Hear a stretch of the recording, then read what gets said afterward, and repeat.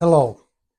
It's been a little bit of time, and I've been trying to organize myself to determine where I'm going to go with this over the next weeks and months ahead, because I think there is some value in what we're going to discuss. I'm going to discuss today uh, developing how training a horse and training a child are very similar. Training a horse is very much like training a 5-year-old that is mute, that can't talk, can't give you words, can only give you signals with hands. Horses have a language of their own.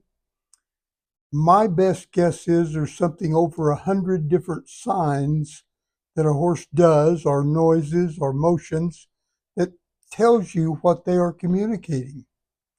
Just like some people, there are horses that are very smart. There are horses that are dumb. There are some people that are very smart, and there are some people that are rather dumb.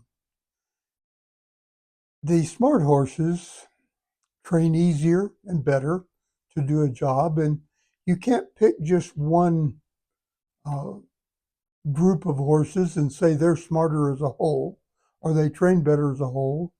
Um, a dressage horse or a jumping horse takes different training. A cutting horse takes a different way to go about. Racing horses. There are in the racing game, there are horses that love to run. And there are horses that run long distances and there are horses that run short distances. Just like we have people in the Olympics who run sprints or who run the long marathon type races. So as you start working with a horse, you first of all have to pick a horse and decide what he's good for. A draft horse is not necessarily going to be a good cutting horse. A good cutting horse probably isn't going to be a good jumping horse. They all have their different things that they are bred to do, just like they are uh, bred to do individual things that take them to the height of a particular discipline, if you will. Children are the same way. There are some who are going to become great athletes. There are some who will be handicapped and may be in a wheelchair. It may be their mind that will do great things. We can't limit or we can't judge what those are. We can learn to discern with horses what one is going to be good at. I was in Europe a number of years ago picking uh, picking some horses to make jumping horses out of. And Diazio, an Olympic rider from Italy, happened to be at the same farm I was one day. And he was trying a 3-year-old out. And this 3-year-old had never been saddled, had never been bridled. Um, and they had him on a lunge line and they had built a fence and they were trotting this around over this little fence. And they kept raising the fence and they had the horse cantering to the fence and putting it higher and higher. And pretty soon they were to where the front rail was at 5 feet, the back rail was at 5 feet, and they were set 6 feet apart, and just one rail on the ground in front. So you had one rail laying on the ground, one rail that was at 5 feet high, and the back rail at 5 feet high over here. And this horse was going down there and just jumping it, and was doing a really nice job. It was a nice horse, and he bought it. Now this was some 40 years ago, and he paid 30,000 pounds for this 3-year-old. That was a gelding. And after they got through, I was visiting with him and I said, answer me a question. I said, I know that you're spending your government's money and that makes a little bit of difference. But I said, how can you justify spending $30,000 for a horse that you didn't saddle, ride, or do anything with except have on a lunch line? And he looked at me like I'd lost my mind. And he said, let me ask you a question. He said, can you break that horse to ride? Can you get him to train him to where you can ride and stop and go and turn? And I said, yes, I can do that. He says, can you teach him to jump that way? And I saw his point. because he knew how to jump, and he jumped because he loved jumping. They had trouble stopping him from going around them and going to the fence and jumping. I had a horse by the name of Smokey, and you've heard some stories about him, and you'll hear some more. But after we had ridden him and shown him for several years, I could turn him out in the arena to exercise, and he would go jump. If there were fences out there, he would go jump some of them just because he enjoyed doing it.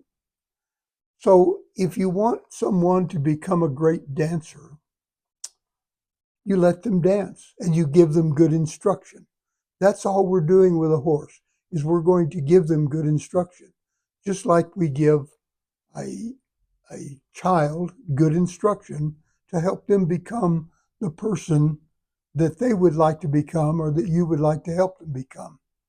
I learned a great lesson one day driving down the road about picking horses. Told you about picking the horse there with Diazio from Italy. We were in England at the time. But the lesson I learned, I was listening to the radio, and they were playing a song about Bojangles. And in the song of Bojangles, it talked about Bojangles was a great dancer, and he leapt so high and he lightly touched down. Now, if you want a truly athletic horse, they will move at a whisper over the ground. You don't hear the heavy footfalls landing on the ground. They lightly touch down. That's going to be an athlete. If you want to make a good, and I don't care what you want the horse to be to excel in performance, if he doesn't lightly touch down, he's never going to make a good performance horse. He won't even make a good draft horse. If you watch the Clydesdale, the Budweiser wagon, they lightly touch down. Now, sure, there's a lot of weight on that, but they seem to float over the ground rather than pounding into it. I've described some horses at times that it felt like they were sticking their feet 2 inches into the dirt every time they went down, just because it seemed to hit so hard. And I learned that you could stand with your back to a horse and have them trot by, and you could learn a lot about them and never see them. If they come by you at a nice trot and it's just a whisper, they're lightly touching down. If they come thundering by, booming every time they hit the ground, they're going to be one, uncomfortable to ride because that jar will come through the horse's body to you. And so you set things up to give you to learn about the horse and to give them the exercises you want. And the greatest horse trainer I've ever known was a circus trainer by the name of Hamilton, was his last name.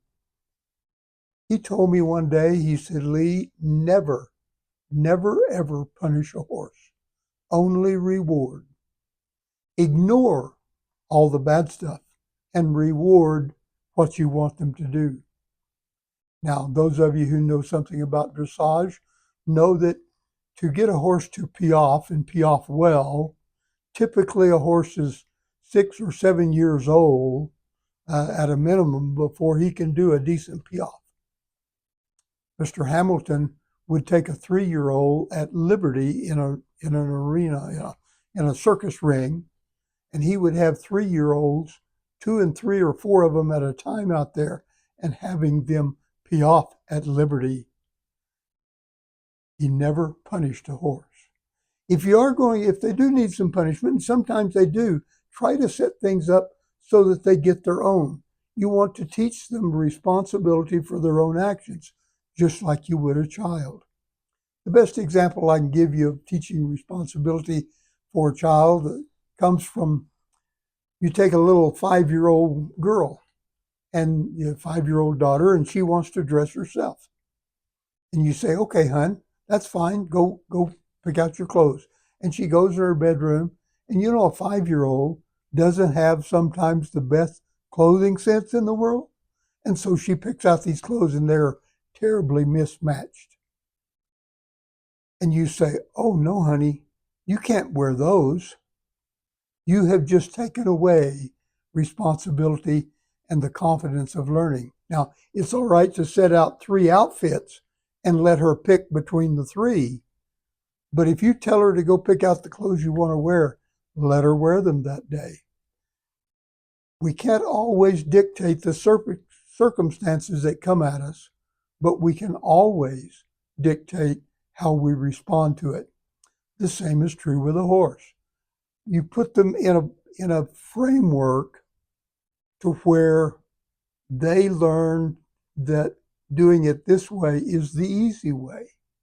One of the things that's interesting in taking a horse that is really well trained, one of the ways you can tell that a dressage horse is really well trained is to turn them loose in a field.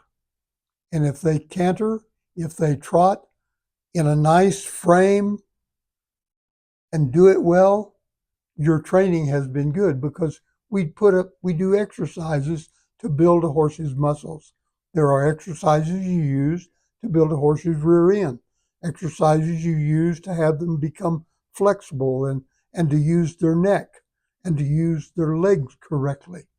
All of those things can be trained into a horse. And the same is true whether you're talking about a horse that you're going to use for team pinning. My older brother was world's champion a number of times with team pinning, riding a horse they called Old Yeller. But Old Yeller understood cows, and Donnie understood cows. And so they worked out the partnership to be able to get the cow out of the group. Or an explanation, they have a group of cows down there, and there are 3 of them that will have the same number on them. Like they'll have 30 cows, and they'll all be numbered. There'll be 3 1s, 3 2s, 3 3s, etc. And then they give you the number that you have to ride in there and cut those cows out of a herd, take them to the other end of the arena, and put them in a small pen.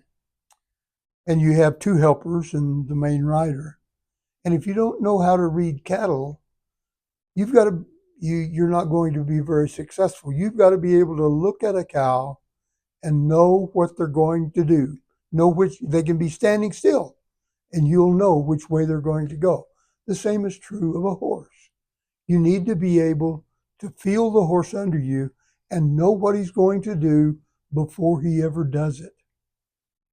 With a child, you need to know what you want them to do, and you set the parameters up. You don't tell them no, no, no, no. You say yes as much as you possibly can. The same is true with a horse. And I've told you some instances of where the attitude of the rider is tremendously important to the horse. If you have some sore muscles, for instance, you ought to stretch those muscles and try and get them limbered up before you ever get on the horse.